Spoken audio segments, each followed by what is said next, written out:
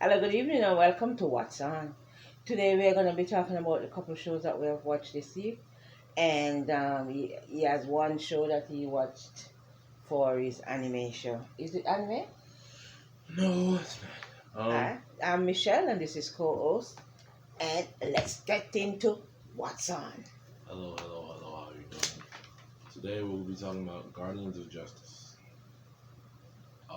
It's a show basically about DC comics superheroes written in real time form. So there's one hero called Nighthawk, and he's played by DDP, Diamond Dallas Page. But all the heroes are basically the same, with the exception of certain things are different about them. Mighty Man wears white and red, but clearly he's Superman, but he got way more muscles than Superman does. Awesome Man is, I think that's like, I don't know who that is, but I swear it's someone. It's someone from one of the comics. Yes, but it's someone because his ability is, I don't know which ability he really has, but he has this suit that I think he's Shazam. I think he's Shazam. Oh, well, yeah, well, Right. yes, that's all. But he's bald and he's got Okay. pretty much a red suit, and he never has to really use his powers too much. So then there's Speed, who's clearly the Flash, but she moves a little bit faster than he does, And the flash? and her speed color is pink Oh, instead of what, red? instead of the Speed Force color, the orange or orange reddish concoction that the Flash always has. Oh, okay. And hold on, there is literally, I kid you not with this, there is a woman who's a celebrity. You never see her power. Maybe she But has the power of presence. no. There's another person who's her boyfriend. And those two have a secret that they're hiding.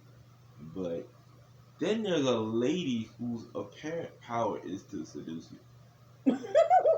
The power of seduction. It's a She, good power. once she blows dust into the air at you, she goes into your brain and brainwashes you with, I believe. Do you give her all the money? No, Oh. it's a lustful power. Let me just say that. Then there's the other people, like the villains, like the person who's named Mind Freak for some reason, who's apparently his blood is just like the person from Jessica Jones, who has the mind control powers. Okay. Yes, Jessica Jones. He's got the little mind control, mind bending power, which lets you do anything he wants you to do. But his blood is some type of drug. So who's drinking his blood? Everybody. Oh. Everybody in the world is off his drug. Did he put it in a wine or? No, he sells it as a Oh. drug. Okay. Like Percocet. Or, like that type of stuff. He sells it like that, and they call it the devil's kiss or something. Oh. And when he sells it, people, if you go underground or if you go to a party or a club, it's always there because everybody buys it. Oh, okay then. Now the thing is, there's basically no other villain in this. So the bad people are the people with the powers. The bad people are people with powers, and the good people are people with powers. But because of what happens, the bad people are really working like, it's like Cobra. Like, you know how in G.I. Joe, Cobra is an elite organization. Well, in this thing, there's an organization too, but it doesn't allow humanity to join. Okay. Like, no humans are allowed to join the faction. So basically, it does absolutely nothing for the entire series, so I can't really classify them as villains. All they do really is stand there and stare at whatever is good. Okay. So, and then they get angry or upset and they run by a queen. Now, the thing about this show that I don't like is that they don't use their villains. They don't, like, they're on screen, but they don't use their powers or get into most fights. And if they do, the fight's over within like a minute. So, let me use an example. Nighthawk has a son who's played by John Morrison. And John Morrison, if you're hearing it, like I believe you're in your 40s, and you are phenomenal on your cardio and your agile, Agility. no, agile. That's all I'll say. Oh. Agile presence, because he's walking on walls, he is flipping backwards on carts, and he is doing all the wrestling moves that he did to get him famous in the first place. But the boss fight comes up, and all he does is one takedown, and then it's over. And that's not a boss fight to me. To me, a boss fight is more punching, kicking, and more storytelling. But that's all the boss fights. It's one mistake that the boss makes, and then you capitalize, and it's over. And then they don't make the story branch out. So what happens to this show is it's really good, but it's all about one character, so it's hard to really get to know the other characters, which is awesome, man. Did I tell you about Mermaid Man, who is a literal fish in the sea Okay. who can never come out? And when he hangs up the phone, he has to go like this, so the water comes together and he leaves. It's still very funny to me how everybody else will hang up on the group call and they'll just leave, and he has to literally close the water and turn off the TV. Okay. Because they can't have him. They can't have him in the room with them, so they put him on a TV monitor, and he has to do that because he's a fish. Okay. Okay. Okay. All right. I'm done. Okay. That show is on Netflix, right? Yes. Okay. Another show on Netflix that we watched this week was the Ryan Reynolds and the Adam Project. And Ryan Reynolds traveled back in time to save his wife, who is going to be killed off, based on something that's happening in the current future that he is living in. So he's gonna travel back in time to see if he can fix the things that occur, so she doesn't have to die after he meets her and fall in love. Alright, so as I said, it stars Ryan Reynolds, Zoe Saldana, Zoe Saldana plays the wife, Jennifer Garner plays the mother, and as you know, he meets his younger self, and he meets a lot of people who impacted what happens to him in the future. Alright, so that's the Adam Project. It's out now on Netflix. Take a look at that. It's really funny. There are a lot of funny scenes in there. It's Ryan as already. Alright, so this week's book to movie is Hold the Dark, and it's also from Netflix this week. I didn't stray very far. I couldn't find anything I loved on Amazon Prime. And it's the book. The book is written by William Giraldi, and it's a book has the same name. Also, the movie was made in 2018. It's a 2 hour and 5 minute long movie, and it stars Jeffrey Wright, Alexander Skarsgård, James Blake Dale. The premise is that wolves have eaten a little boy, and his mother has called the naturalist to come and check it out because she wants him to see if the wolves have really killed the child. Anyway, he goes out into the woods, and Jeffrey Wright plays the naturalist, and he goes out into the woods, and he finds an entire pack of wolves, and he was surprised. He saw them eating something, so he rushed back home. And when he went back to the cottage where he was staying, and he opened the door, he found the little boy. But the little boy was dead already. He didn't have any wolf bite on him, and he was just it's a frigidly cold place. As a matter of fact, it took place in Alaska, and it's frigidly cold, and the wolf is he was like, the boy is in there. He called the police, and it became an whole incident. So by the time they start looking for the mother has disappeared, and the boy's father, who was injured in Afghanistan, he has come home. And the father is played by Alexander Skarsgård, and he just went on a bloody killing spree. He killed everybody in the police station. He killed all the policemen, most of the policemen. He killed the I want to call him the pathologist, but the coroner. He killed the coroner. He killed everybody, and took the boy's body and wrapped it up in a blanket and buried it in the ice, as if he's trying to preserve the body for something. Then he said he was going on a hunt to hunt the girl. So that's where it takes off. He goes into the woods. It's all sort of hippie. I'm not even sure. He decided he was going to kill as many people as he was going to kill everybody the girl came into contact with. She stopped and spoke to a make-believe medicine man, and he decided he was gonna kill them. He killed the medicine man. He went over to the next door to the medicine woman. He killed the medicine woman. He went on a murder spree. He was just murdering people. The only person he didn't kill, but he actually did shoot him anyway, was the naturalist. And he shot James Blakedale in his throat, killed him dead down to the ground.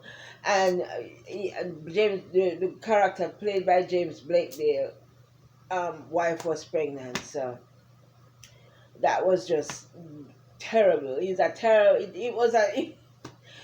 Then he finds the girl, finds the lady, and they seem to have a grand reunion, dance. Then they take the little boy out of the ground that they are buried him in and go off. I think they're thinking he's gonna be resurrected. Maybe that's the grand, possibly the grand idea. Should be a thought. Because everything is. Maybe you really love your kid, you willing to give it a shot. Yeah, but maybe that's you need to kill off all the people who knew them before in the previous life. Sacrifices are sometimes made to have something that you really want, man. It's a really dark book. So yeah, that's my book to movie this week. Give it a check, give it a watch. It's on Netflix, and it's very intense, very, very intense. Sorry.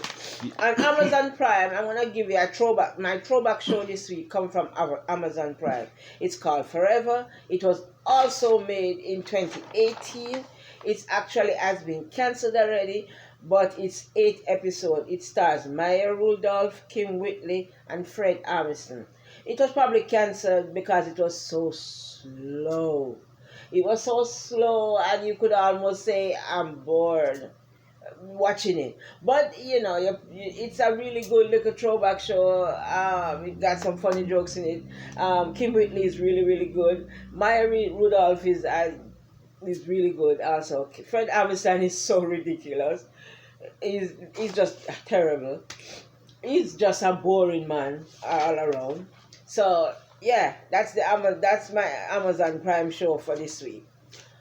We caught up with 2 shows today. The Wonder Years, which is on ABC, and Abbott Elementary, which is also from ABC, but they are available. Why do you call that name? Oh yeah.